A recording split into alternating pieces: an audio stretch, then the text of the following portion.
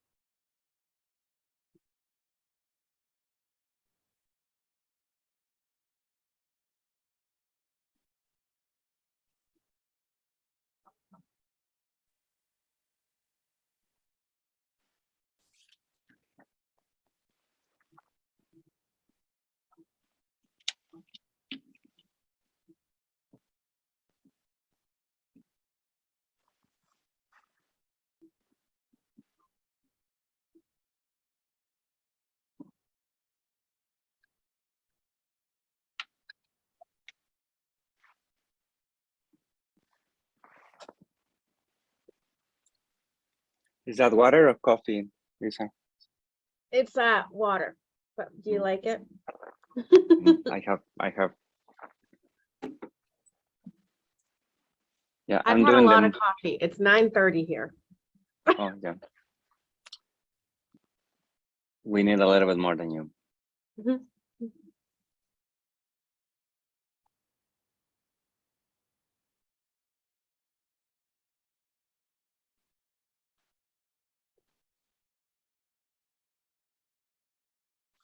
I think that, Lisa, just to be sharp, we're going to start by introducing you, if you don't mind, and then we'll let you start the first part of this day. So thank you, everyone, for attending this Amyloid Day. Before we introduce Lisa, who is the first presenter that we have, and the first person building up the nursing sessions in our Amyloid Day, I would like to welcome you all. We'll do a little bit more formal welcoming after that, after this presentation, but it's intended to be a little bit more nursing oriented at first. So we'll get more people joined, so Lisa doesn't feel that nervous.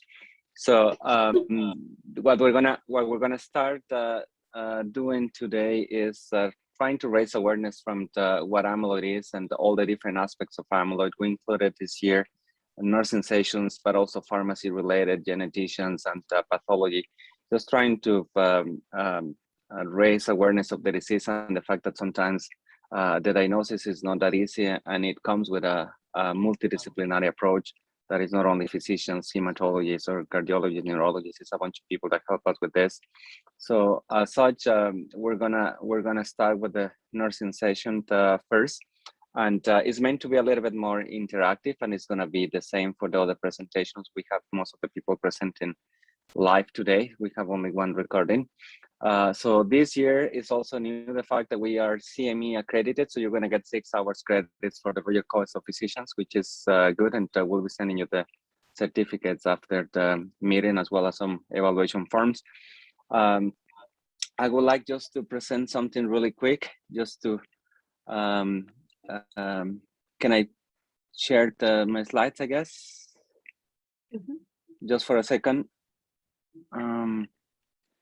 So the first thing I would like to do is just to thank our the sponsors, and this Amyloid Day wouldn't be done without them. So we really thank Axia, Alnylam, Janssen, Prothena, Pfizer, Divine Insight, and the Living Cardiovascular Institute for all the support. We're gonna continue thanking them, because this is on through the support, and that's also important. But also recognize that we're in Canada and we're trying to reconcile with all the Indigenous population, and we'd like also to take this opportunity to acknowledge the traditional territories, the people, the Treaty 7 in Southern Alberta, and also the fact that we're home of the Métis Nation in Alberta. And without further ado, I would like to introduce now Lisa. Lisa has been a nurse practitioner at the Boston University of Amyloid Center since 2017. And the most important thing is she is our new friend. So we've been working with her and with her boss in a few things, and she was actually one of the first presenters, international presenters on the first amyloid data we have 4 years back. So she is one of the nurses that not only do the clinical part, but also has been doing some research and presenting in big meetings. And that's something that is really important, just to extend the role of nursing. So as I said, it's meant to be more interactive. So Lisa will have some slides, but you guys feel free to put any comments on the chat, and will be good to ask her so she doesn't have to read them. Or whether you guys have to want to do it more verbally, you can just raise a hand and we'll unmute you and let you ask the questions directly. So without further ado, Lisa, please go ahead with your presentation, and thank you again for being with us today. Thank you for that introduction, and thank you for having me. I'm going to go ahead and share my screen.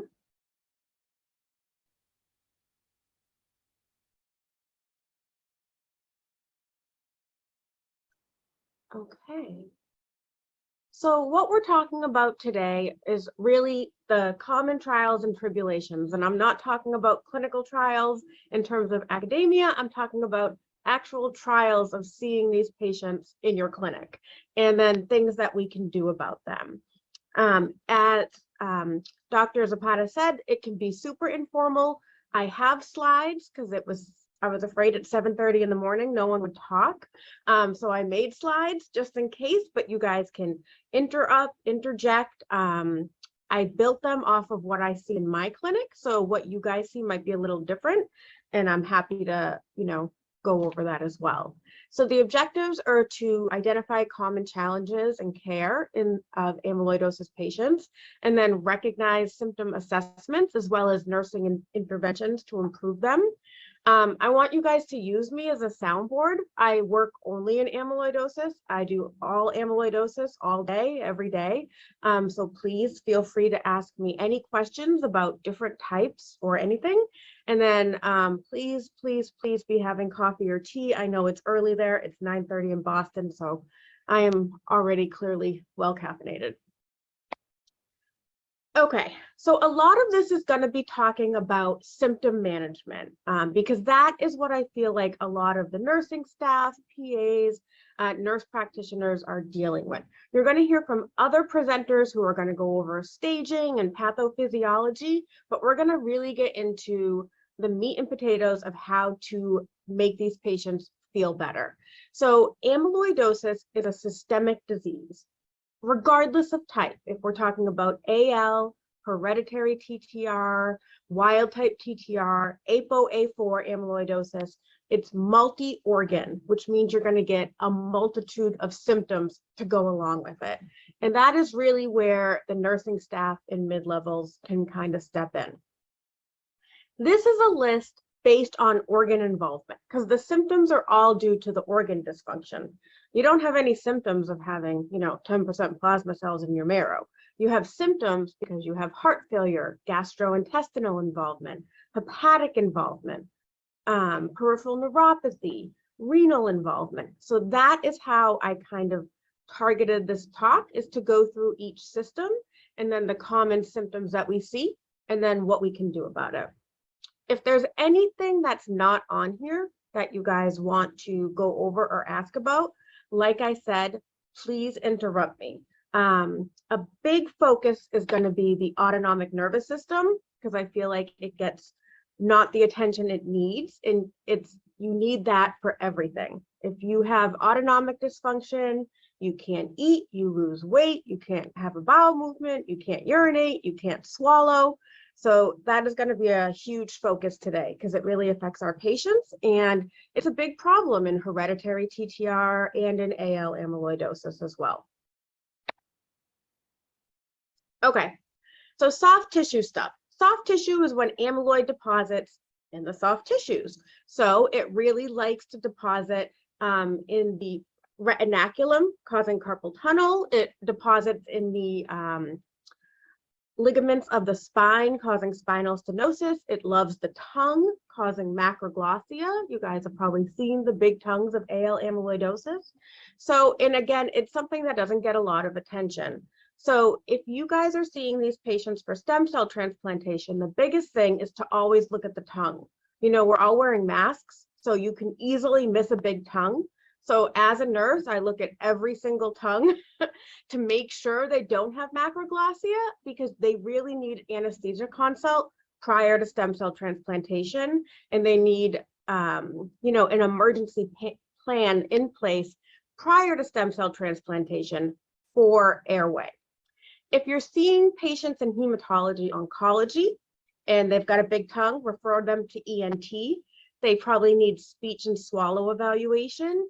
There are swabs they can use to keep their mouth moist. They need dental care. A lot of these patients lose teeth because of crowding and dry mouth. You can get really bad carpal tunnel. As you can see here, what you're looking at is APB weakness and thenar atrophy.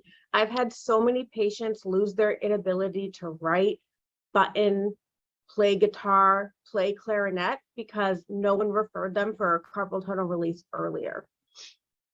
If you guys are heart failure nurses or NPs and you're seeing them in heart failure clinic, wild type TTR is the soft tissue king. They get mass amounts of carpal tunnel, tendinitis, spinal stenosis. Most wild type TTR patients really need a referral to orthopedics. They all will benefit from PT for assistive device management and for their lumbar radic.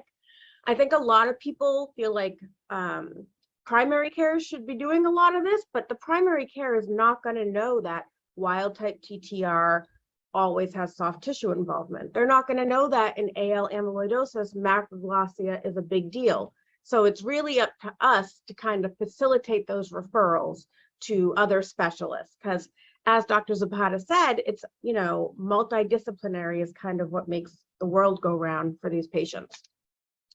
Any questions about soft tissue involvement or why it occurs or how to help out with it? Okay. Heart stuff. So, regardless of type, the pathophysiology of cardiac dysfunction and amyloidosis is always the same. And if you can focus on that, then you'll be able to anticipate the problems that go along with it. So it is always a restrictive cardiomyopathy, okay? It's not a dilated cardiomyopathy. So the symptoms and the management are super different. So you get amyloid infiltration, and then you get small, stiff ventricles that causes diastolic dysfunction, right? Because the ventricle can't fill. And then you get elevated filling pressures. A lot of cardiologists feel like amyloidosis is really a disease of the right ventricle, and you get a lot of right heart failure. And then you get big atrium. So that's why they get so much atrial fibrillation, because the atrium are huge and floppy. And then they get blood pooling. And then the very last thing you're going to get is left ventricular failure. So that means the EF drops. So these patients are super sick. They are close to heart transplantation with normal ejection fractions. That's the biggest thing. So it's all diastolic dysfunction. And this is just the staging system for AL. Dr. Maurer is going to go over staging for TTR later in the day. But this is just meant to show you that if you are stage 3 or 3B, you still have a very high chance of dying in the first 6 months of diagnosis. And again, these people have ejection fractions of 55 and 60. So please do not be fooled by the fact that their EFs are okay. They are still going to pass away from massive diastolic dysfunction. So what do we do about it? We have to manage their volume. That's the only thing we can do, because they're going to be getting treatments. Their restrictive cardiomyopathy is going to get worse. So you need to know how to manage. I feel like all I do is talk about volume. But because it's diastolic dysfunction, a lot of them can have skinny little legs. They carry all their weight in their gut, in their neck. So they get bigger bellies. They get elevated jugular venous pressure. They get hepatojugular reflex. So when you press on their liver, their jugular vein comes out and basically says hi to you. So these patients need super aggressive diuresis. This is where the whole multidisciplinary thing comes in, because you've got nephrology who wants to protect the nephrons, and you've got cardiology who really needs to diurese them. But they do need to be diuresed, even if the creatinine is going to bump a little bit. These patients need a lot of oral diuretics because they get so much gut edema. So they often need high doses of torsemide and metolazone because furosemide often has less bioavailability. And then with the gut edema, it's not getting absorbed. You want to avoid the Ds if you can. There's no reason to give an AL patient who has stage 3 diastolic dysfunction dexamethasone 40. Like, you're going to drown them. We don't want to be part of the problem. We want to be part of the solution. So be careful with the dexamethasone. If you guys treat TTR patients, you might use diflunisal, TTR stabilizer. Super awesome drug, but it's an NSAID. So again, if they have problems with volume, you're not going to want to use diflunisal. Diltiazem and digoxin are pretty much contraindicated in AL amyloidosis and mostly contraindicated in TTR. These patients have a low cardiac output because their ventricles are so stiff, they don't fill well. So they're dependent on stroke volume. So when we give them things like diltiazem and digoxin, they tend to go into worsening heart failure, and they also tend to pass out because we're decreasing their heart rate. And lastly, don't hang those fluids. I despise when my nurses, someone's hypotensive because they have no cardiac output and they want to hang fluids. However, they are massively volume overloaded. You don't want to be the person giving people fluids. So it's really important you guys know how to assess volume. So the biggest thing I can say is look at the neck, because they could have those skinny little legs, and really look at the JVP. And if it is up at 10 centimeters, as you can see here, don't hang fluids. If it's up, you don't even need to measure it. You can really just eyeball it, because most people, it's like up to their mandible. So then you know, okay, they're massively fluid overloaded. And again, it's a disease of the right ventricle, right? So it's right-sided heart failure. So that's why when you press on the liver, you get the jugular vein distension. So know your volume, know what's going on with your patient, and try to be part of the solution and not be the one hanging fluids. Any questions about the cardiomyopathy? I had a feeling you guys weren't going to talk at 7:30 in the morning. I'm glad I prepared slides. The next thing is, y'all set, Victor? Yeah, okay. The next thing is the droppers, okay? So our patients drop all the time for different reasons, whether they have AL or TTR or whatever, they syncopize. And it's a huge issue in clinic, it's a huge issue at home, it's a huge issue in the hospital. So the first thing is to figure out, why are they syncopizing? You want to see, so in transthyretin amyloidosis, these patients have a lot of conduction disease. So TTR is a slower heart failure. You've got deposits within the heart, and what that does is it causes the electrical system to make vectors to different routes. So they get a lot of first degree, second degree, complete heart block, a lot of arrhythmias. So the first thing you want to do is figure out if this is a conduction issue. Stick a monitor on them for 2 weeks and see how things are going. See if they're having pauses. The second thing is inappropriate medicines. Like I said, diltiazem, digoxin, beta blockers, ACEIs and ARBs, not well tolerated in patients who have cardiac amyloidosis. Again, the beta blocker is because they're dependent on stroke volume. And if you put them on a beta blocker, they can't augment already, and you're going to make them tired. You're going to make them pass out.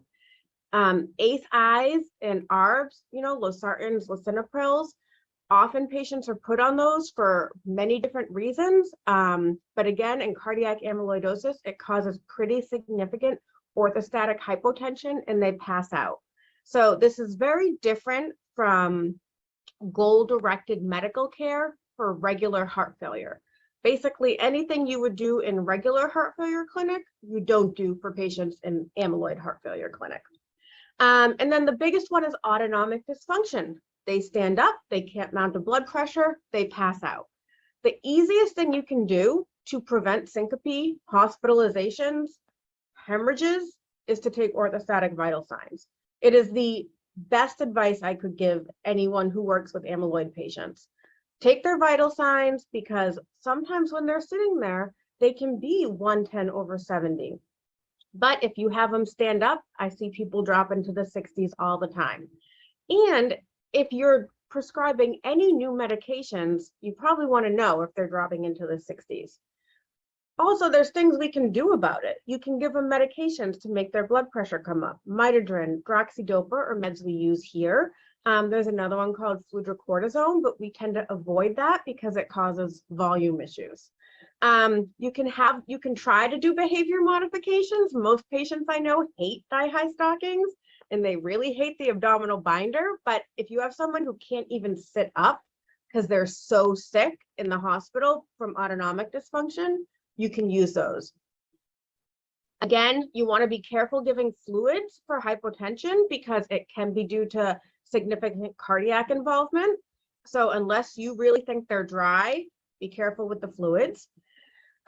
Medicines that we use for AL amyloidosis, bortezomib especially is known to cause orthostatic hypotension. If you're giving bortezomib, you should really do orthostatic vital signs before you give it. And if it's a new patient, we often dose reduce it. So places normally start at 1.6 milligrams per meter squared. We often dose reduce it to 1 milligram per meter squared, and maybe even start it every other week if we're worried about it. High dose melphalan stem cell transplantation, I would say the biggest barrier to that is significant autonomic dysfunction, because if they cannot mount a blood pressure, they are not going to do well with melphalan. So often if they have significant autonomic dysfunction, they are not transplantation candidates. I see things in the chat. Do people have questions? Yeah, I'll help you with that, Lisa. So the first questions that we have is from Noel Fine. Lisa, what do you do when patients with a new diagnosis of cardiac amyloid are already taking multiple cardiac meds that can cause some problems? Do you stop them all right away, or do you wean them off one at a time? Yeah, they get real mad when you stop them all right away. But so beta blocker, we tend to wean off over a few days because they can get paradoxal tachycardia. So it depends on how bad they are. If they're super hypotensive and tired, you can just stop the ASI in the arm for sure. And then wean down the beta blocker. If they're borderline, then you can do one at a time. But if they're really hypotensive, I stop them all. If they're in AFib, that takes a little bit more thought, because you don't want them to go into rapid AFib because you stop their DIG or something like that. So that requires kind of consultation with the cardiologist. For AFib, we often put people on amiodarone.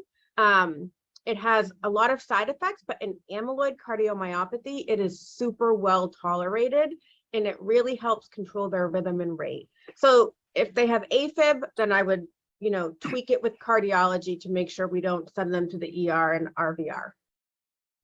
Another question here is, what do you normally recommend to your patients in terms of monitoring the blood pressure at home? Or what kind of blood pressure monitoring you do?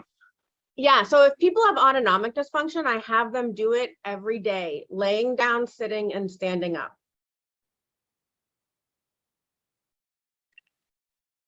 And one question from me, what is your experience with the droxidopa for these patients with patients that don't respond initially to midodrine? Yeah, we don't have droxidopa approved in Canada, but we can actually apply for it, and it takes it's one of those processes that you apply to Health Canada for individual patients, and it takes at least a few days if you're lucky to get it approved. So it's not the greatest process, but that's the way it is. So any comments on that? Yeah, so it's not approved here either.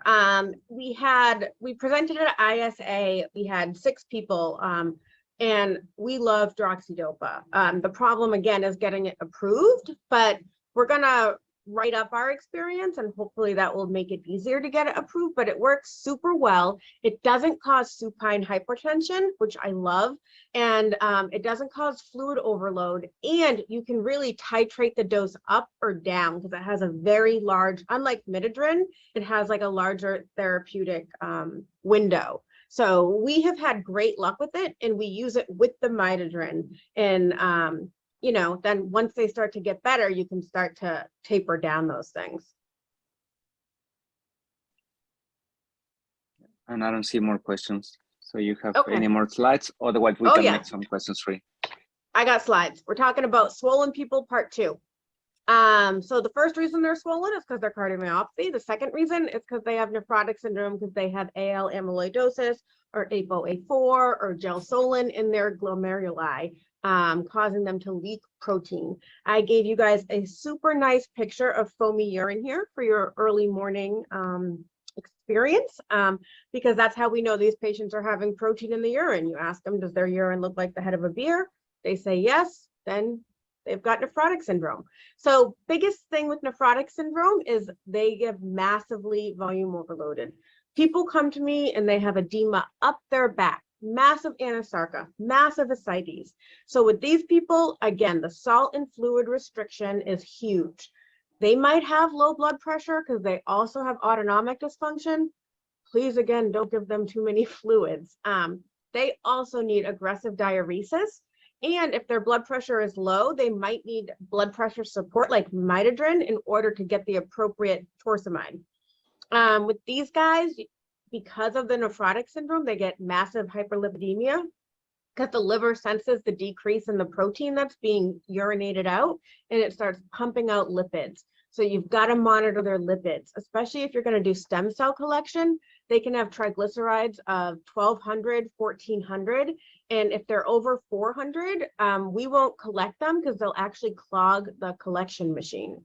And again, you want to be careful with your dexamethasone, right? Because these people are already massive. We don't want to like poof them anymore. I'm going to skip this one.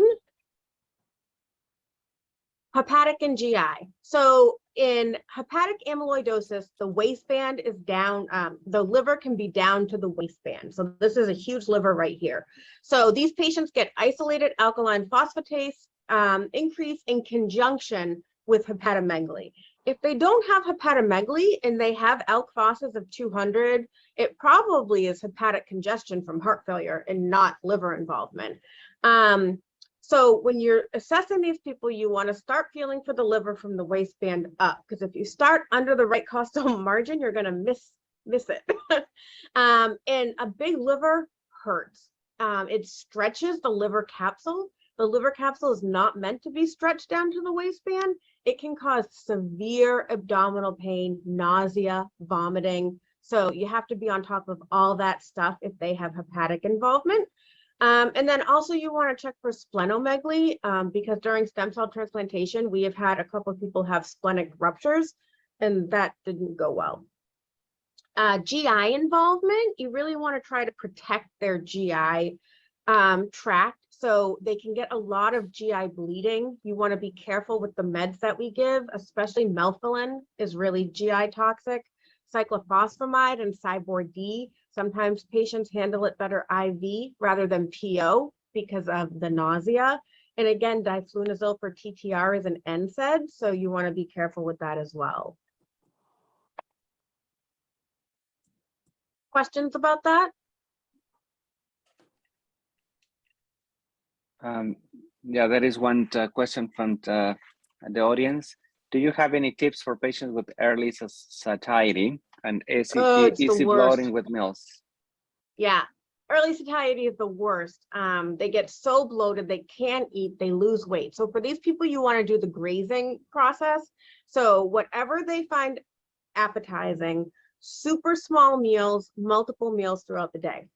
If they have true gastric emptying, like you do a gastric emptying study and nothing moves, or they have an endoscopy and they've been MPO for 12 hours, but there's food in the stomach, we use meclopramide, or Reglan is the other name for it. It can have some side effects, so it's for short-term use, but it does significantly help.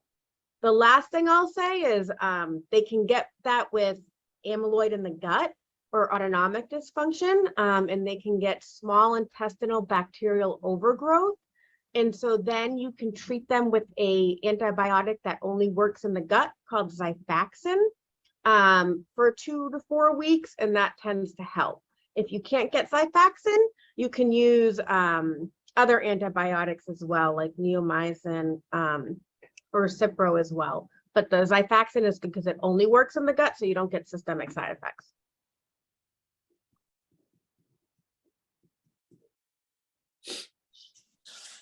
All right. Okay. So the last thing is neuropathy, peripheral and autonomic neuropathy. So neuropathy causes a huge problem, right? They have tons of symptoms, and then we have to kind of be mindful of it. So in AL, it can have peripheral sensory neuropathy because of the disease or because of the meds we're giving them, melphalan, bortezomib. So you really want to know before you start treatment if they have neuropathy. They should have a full neuro exam when they come to you. Myopathy is more in the hereditary TTR patients due to infiltration of the muscle, less in AL patients, and it can progress quite fastly in hereditary TTR, and they can end up wheelchair bound. So you really want to assess for those. Also, in the wild type TTRs, they have neuropathic symptoms, but it's not true neuropathy. It's a pressure neuropathy. It's actually lumbar or cervical radiculopathy from the spinal stenosis. So you need to know what type it is so that you do the correct treatment.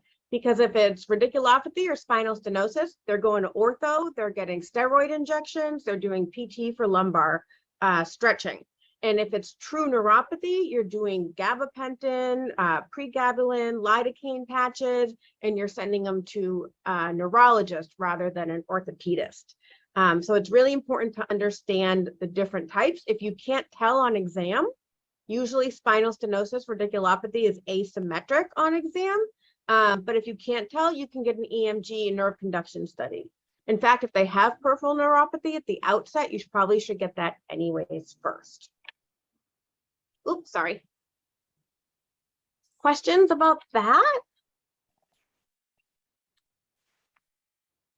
Yeah, I don't see any questions on the chat. And yeah, we'll let you finish with the autonomic dysfunction, Lisa. Yep, this is my last slide. So I'll be super quick because I know we're running out of time, but basically autonomic dysfunction is a huge issue in patients. It can happen in hereditary TTR, it can happen in gelsolin amyloidosis, it can happen in AL. It causes so many symptoms, as you can see here. And there's a lot of things we can do to make people feel better. So ask them about their autonomic symptoms, and then there's a lot of interventions that you see here. Orthostatic precautions, the breath test for the small intestinal bacterial overgrowth, like we talked about medications like Reglan.